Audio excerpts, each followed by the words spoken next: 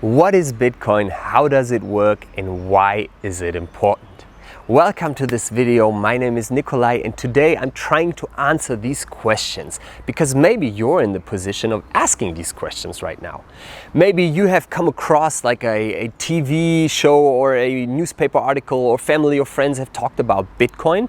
You heard that the price rose again, now we're at $9,700, and you're like thinking, what is up with this Bitcoin thing? I mean, it's interesting, but I don't really get it. It seems a little bit naive to think that this digital thing all of a sudden takes over everything else, and I don't get it how it works technically. I'm a little skeptical. It seems like a big bubble, and isn't it just a, I don't know, weird internet nerd programmer invention? All of these questions, and I understand you if that's you, because that is where I started 2 years ago. I had all these questions, all these criticisms and skepticisms, and that's why I wanted to share what I've learned. And I think there's many different approaches of how you could explain Bitcoin. And the great thing about Bitcoin is that it is so valuable that there is 100 different features that make it valuable, and everyone focuses on something else. But I'm just going to present to you today what I think is the main value proposition of Bitcoin, the arguments that convinced me. And I think we have to talk about gold in order to understand that. I will explain to you in a second. Beforehand, I want to tell you that, of course, I'm not an expert. So I'm not a programmer, I'm not an economist. That means if there's any mistakes, if there's anything that isn't clear, please let me know in the comments. I also want to learn from you, because I'm sure some people are watching this that know their stuff way better than I do. I think you have to understand gold in order to understand the value proposition of Bitcoin. Gold has been around for thousands of years, and it has been valuable for thousands of years. Why is that? Well, because gold is actually really scarce. It is really rare. It's not scarce in a strictly in a strict way, because if all of human effort would be put into producing more gold, we actually could.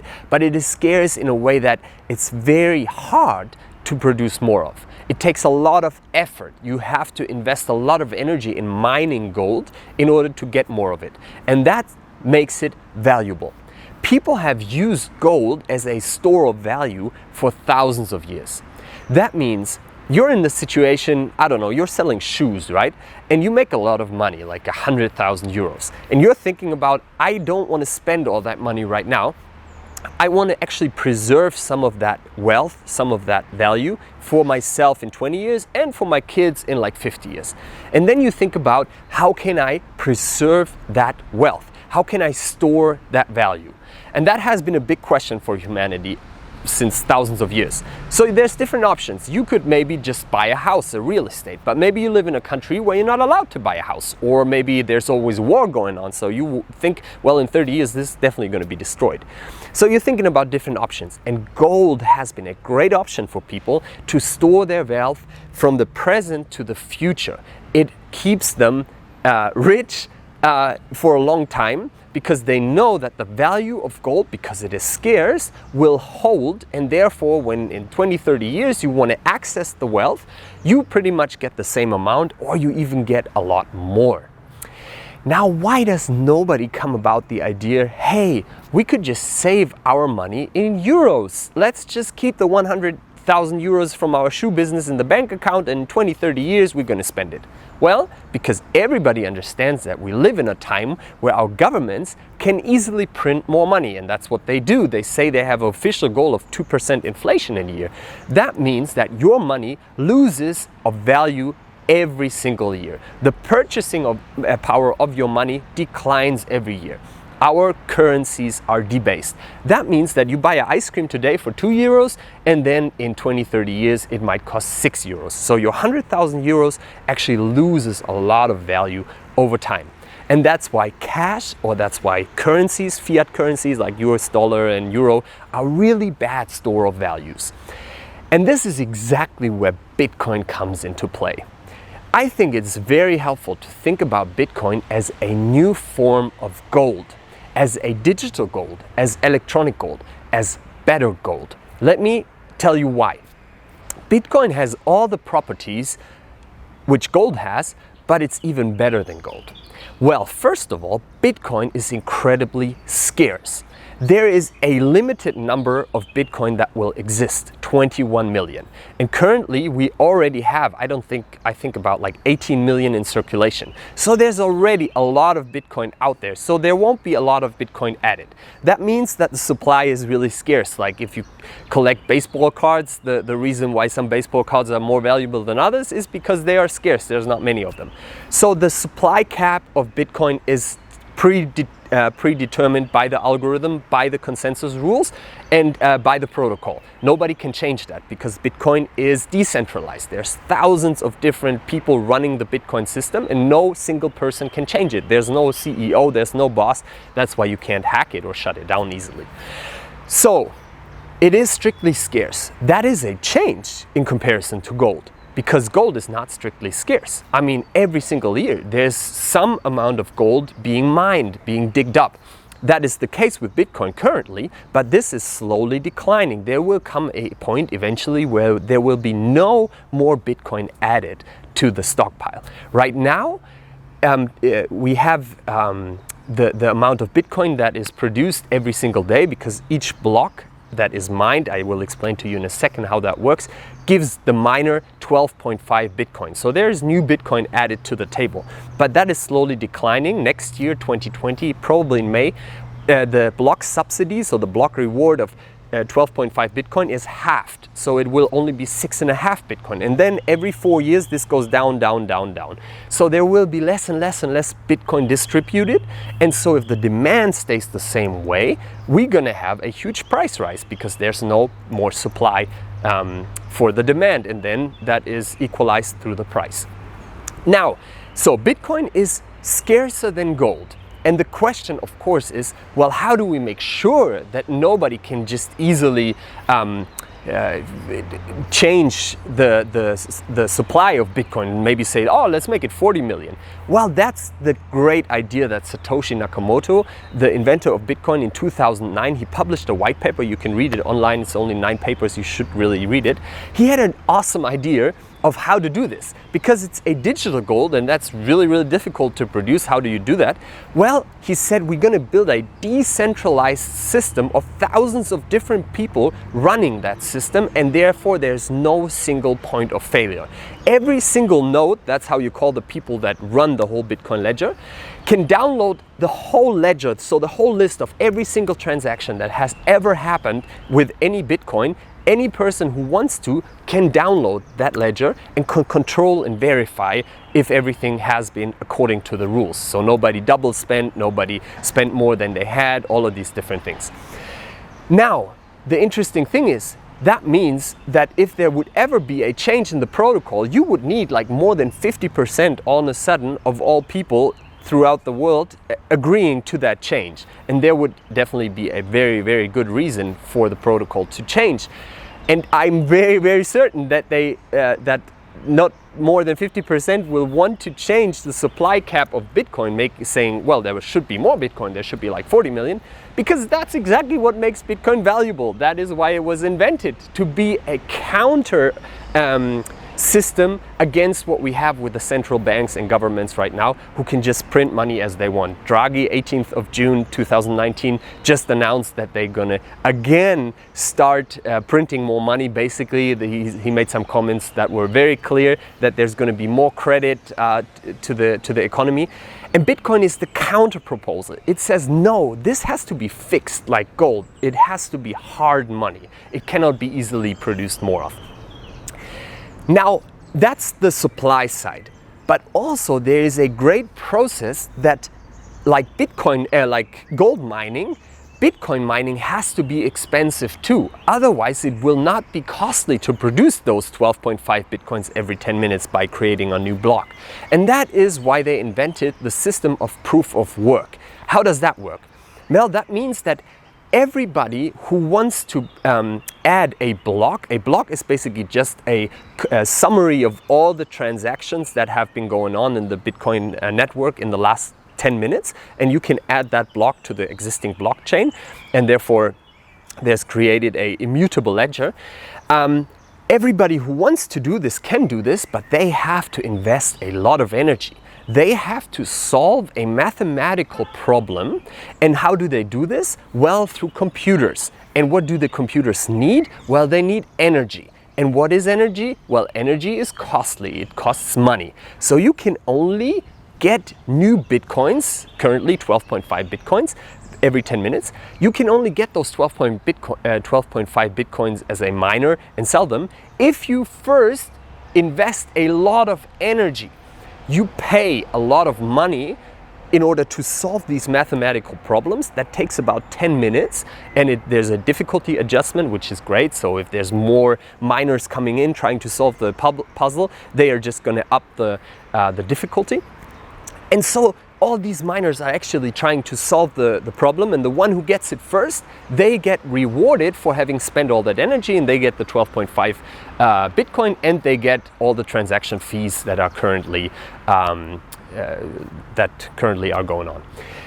Now, that means that Bitcoin mining is expensive, and that makes Bitcoin valuable like gold makes it valuable. That's why we use the same verb, mining, because it's so similar to gold. It is actually more costly, and it's getting more costly because of all the people trying to mine Bitcoin, because the price of Bitcoin is rising. Therefore, you want to get the Bitcoins to sell them, more miners coming in, and that means more energy is expended for trying to solve these problems. And that means that the whole network is becoming more valuable and more secure. Not only valuable, but also secure, because if you think about it, these miners investing so much money to add a block to the blockchain, of course they are not incentivized to insert an invalid transaction. They are incentivized to only insert valid transactions into their block. Because think about, you spend like thousands and thousands of euros for your computers, your CPU to do these calculations, but then you add like a wrong transaction, and the whole network checks the block and the transaction, because everybody can verify it really easily, just takes seconds, and they say, well, that's a wrong transaction, we're not going to add this block, and they're going to take another block. And there's a big system behind it. You should really look for Antonopoulos on YouTube. He explains that in an awesome fashion, but it takes, I think, 1.5 hours how this whole block thing is working.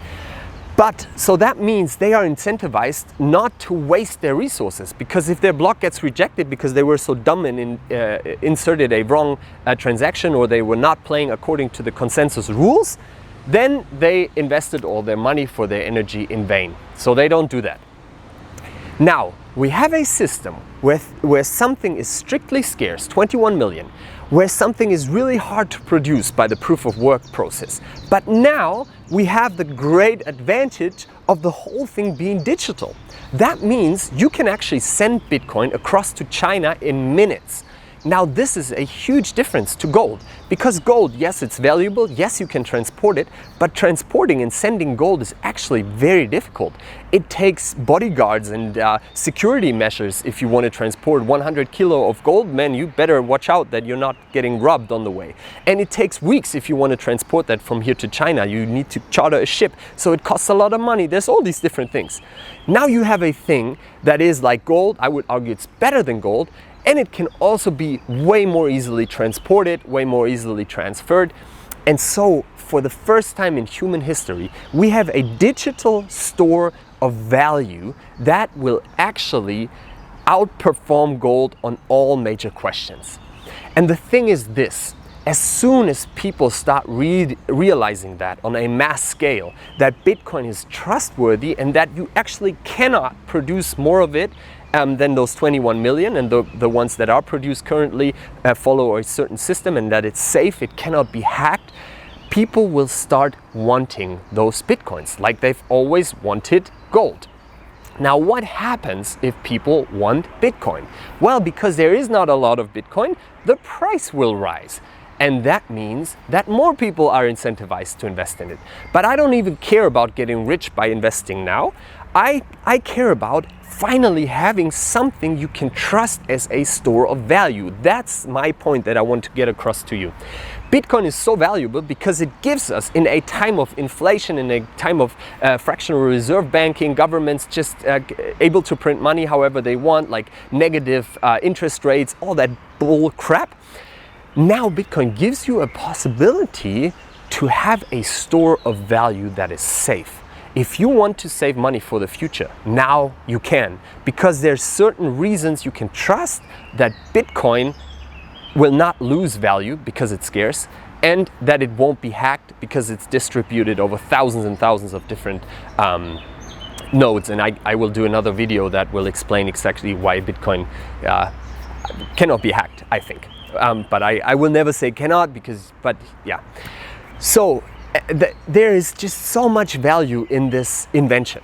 Another huge point about it is, well, gold is great, but gold is always a security risk, because gold can be confiscated by the government or by whoever, and it has been.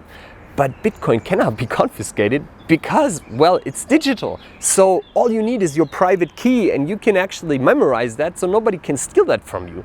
And they cannot get access to your Bitcoin without your private key. So gold has always been difficult to store. You have to either hide it in your backyard or you bring it to a bank, but that means the bank can be compromised. If the bank gets confiscated or the government gets control over the bank, your value that you worked for and that you produced is actually in danger for future.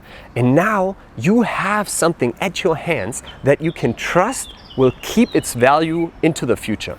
And I think our generation is so used to inflation, so used to things just losing value, that we actually cannot really grasp yet how awesome this is. And I think it will take another, I don't know, 2 or 3 years, but the big guys already realizing what's going on, and that's why the price is rising like crazy. One more thing that I just thought about is, if you think about gold, I think you will easily get the concept of Bitcoin, because through gold you will understand the main value proposition of Bitcoin. Now, I hope this helped you to understand how it works and why it is important. And of course, I didn't go into all the different details, but I want to tell you there's great resources to read up on this. One is the Bitcoin Standard by Dr. Saifedean Ammous. I did a whole video series, but you should really read the book.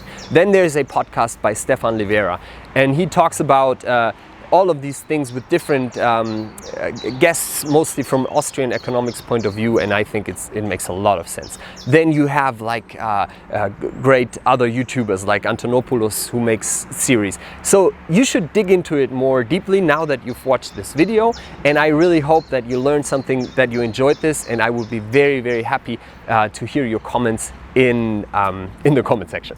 All right, this was it, and this is why I think Bitcoin makes a lot of sense and why I think it is important to take it seriously. It is a massive invention, a massive step forward, and it will actually incentivize people to move away from crazy investing in real estate and housing that we have right now. I mean, it's insane. Why do people invest in housing like that?